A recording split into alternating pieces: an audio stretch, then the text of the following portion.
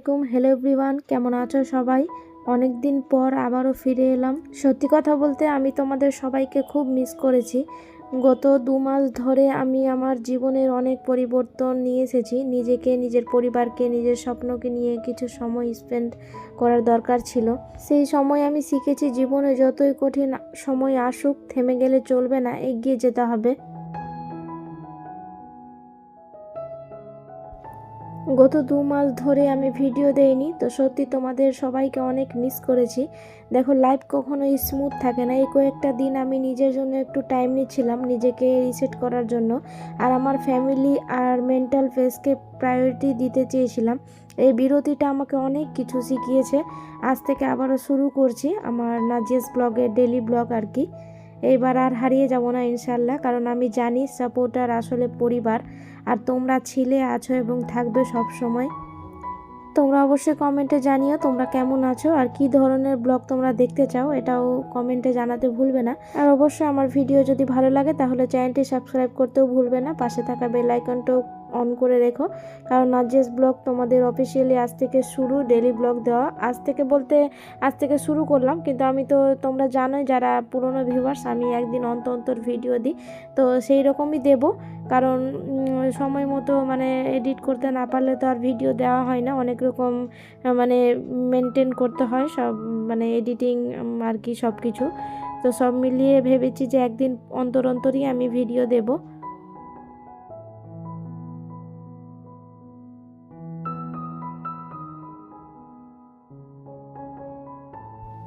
আজকে তো রবিবার, হাজব্যান্ডের ছুটি আছে, আর ছেলের এক্সাম চলছে, মেয়েরও এক্সাম চলছে, তো আজকে ছুটি আছে রবিবার যেহেতু।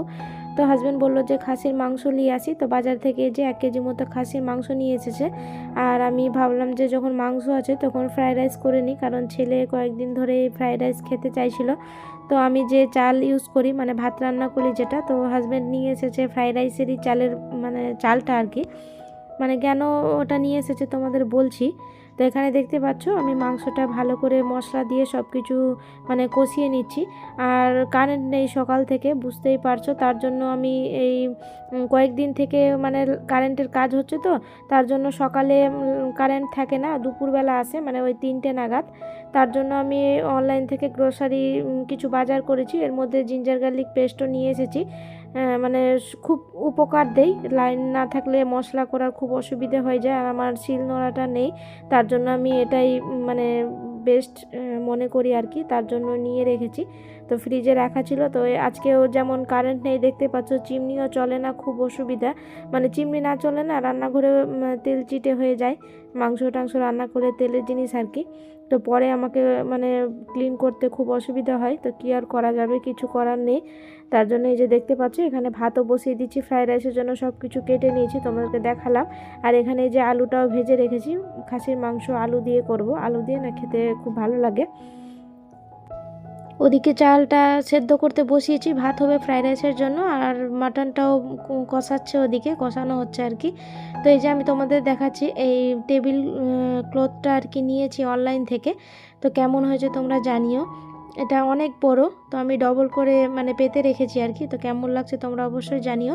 আর তোমরা যদি এটা নিতে চাও আমি ট্যাগ করে দেবো, ওখান থেকে তোমরা পারচেস করতে পারো। ভিডিও শুরুতে তোমাদেরকে দেখালাম আমার 2 মেয়ে বাইরে খেলা করছিল ওখানে, আর বাড়ির যে সামনে ফুল বাগান ছিল সেখানে অনেক গাছপালা ছিল। তোমরা আগের ব্লগ যারা আমার পুরনো ভিউয়ার্স তারা জানতে পারবে, যারা নতুন এখন দেখছো আমার ভিডিও তারা পুরনো দিনের ব্লগগুলো দেখতে পারো। সামনে আমার অনেক ফুল বাগান ছিল, গাছ ছিল আর কি।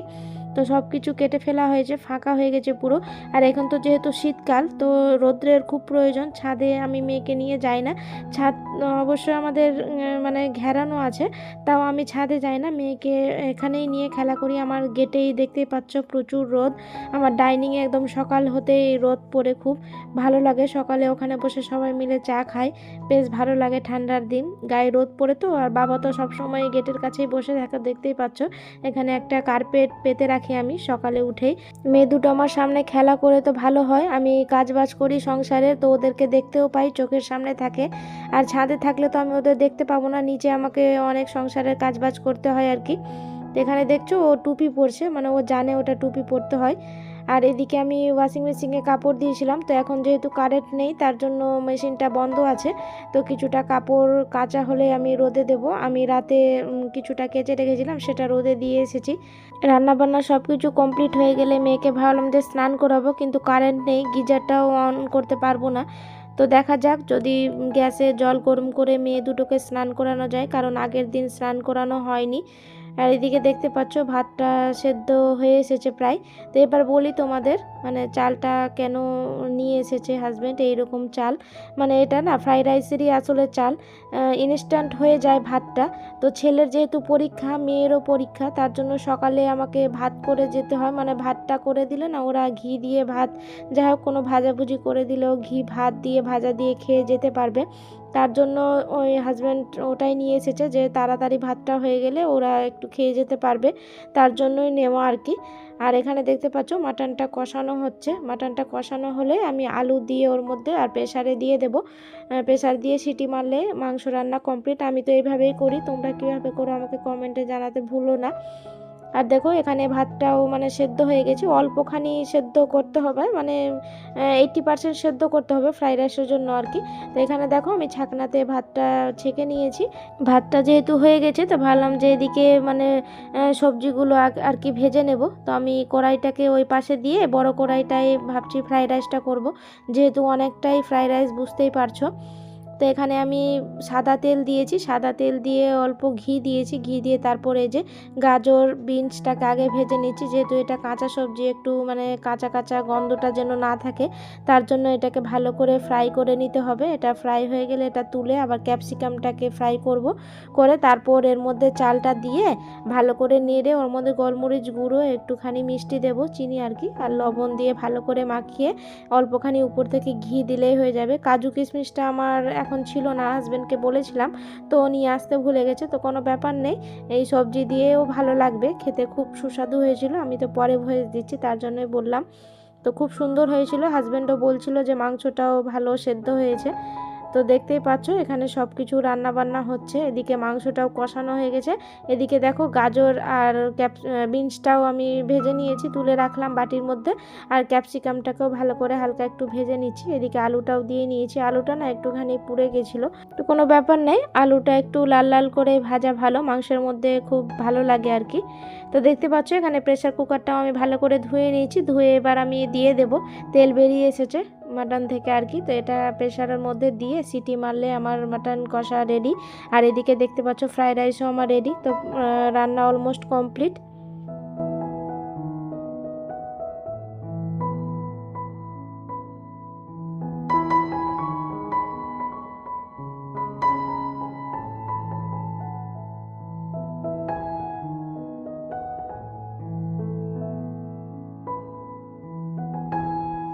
গত 2 মাস ধরে আমি যে ভিডিও দেইনি, তো আমি কি বলবো, অনেক কষ্টেও ছিলাম, মানে ভিডিও শেয়ার করতে পারছি না, তোমাদের সাথে কোনো কন্ট্যাক্ট নেই। আমার পুরনো ভিউয়ার্সগুলো যারা আছো তারা রেগুলার আমার ভিডিও দেখো, তাদের উদ্দেশ্য করেই বলছি আর কি। মানে ভিডিও মেক করা না খুবই কষ্টের। আমি দুটো বাচ্চা নিয়ে, বুঝতেই পারছো, ছোট ছোট, ছেলে তো বড় হয়ে গেছে, ছেলের তো আমার টেনশন নেই। আর সংসারে একটা কাজ থাকে, বলো তোমরা যারা সংসার করছো তোমরাই বুঝবে, কারণ সংসারের কাজ থাকে, প্লাস এদিকে দেখাশোনা থাকে, সংসারের যাবতীয় কাজ করেও আমাদেরকে সব কিছু মেনটেন করতে হয়। তো কি আর বলবো, তোমরা যারা সংসার করছো তোমরা তো জানবেই সংসারে কত কাজ থাকে। কিন্তু তারপরও মনে হলো যারা আমাকে ভালোবেসে সাপোর্ট করেছে তাদের জন্য হার মানলে চলবে না, কারণ আমি শিখেছি জীবনে যতবার পড়ে যাবে ততবার উঠে দাঁড়ানোর শক্তি আল্লাহ দেন, ভরসা আর কি, আর মানুষদের ভালোবাসা, আর সেই ভালোবাসা আমি পেয়েছি তোমাদের কাছ থেকে।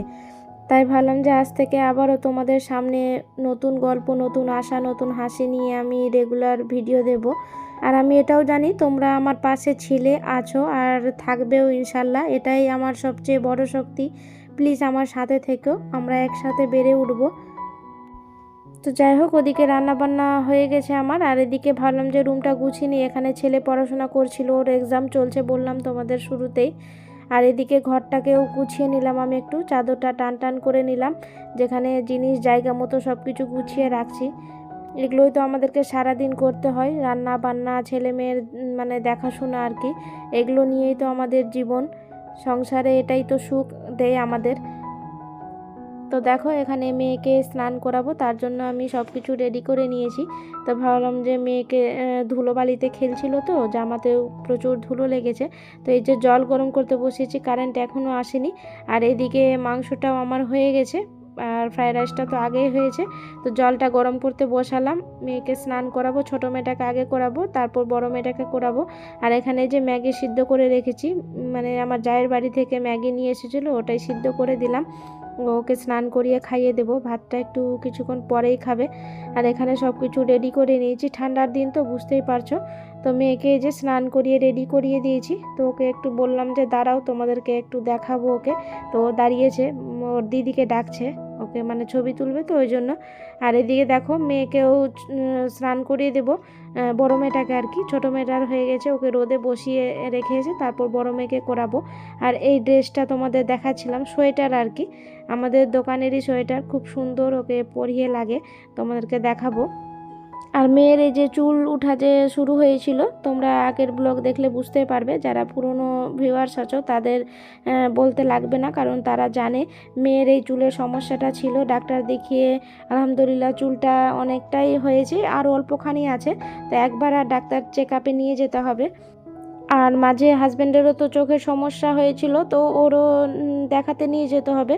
তো দেখি দুজনের একসাথে নিয়ে যাব ভেবেছি, না হলে আবার একসাথে একবার ওকে দেখাবো একবার ওকে দেখাবো, তো ডবল জার্নি হয়ে যাবে। আর ঠান্ডার সময় তো বাইরে বেশি বেরোনো ঠিক না বাচ্চা নিয়ে।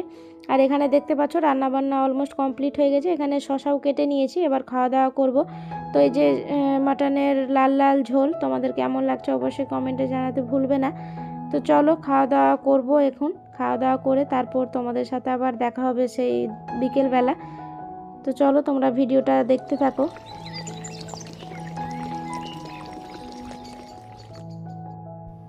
গুড ইভিনিং, চলে এসেছি সন্ধ্যাবেলা চা নিয়ে। এই শীতকালে না চা খেতে বেশ ভালো লাগে, দুধ চা আর কি। লাল চা তো আমি খাই না, বাড়ির কেউই খায় না বলতে গেলে, তোমরা জানো।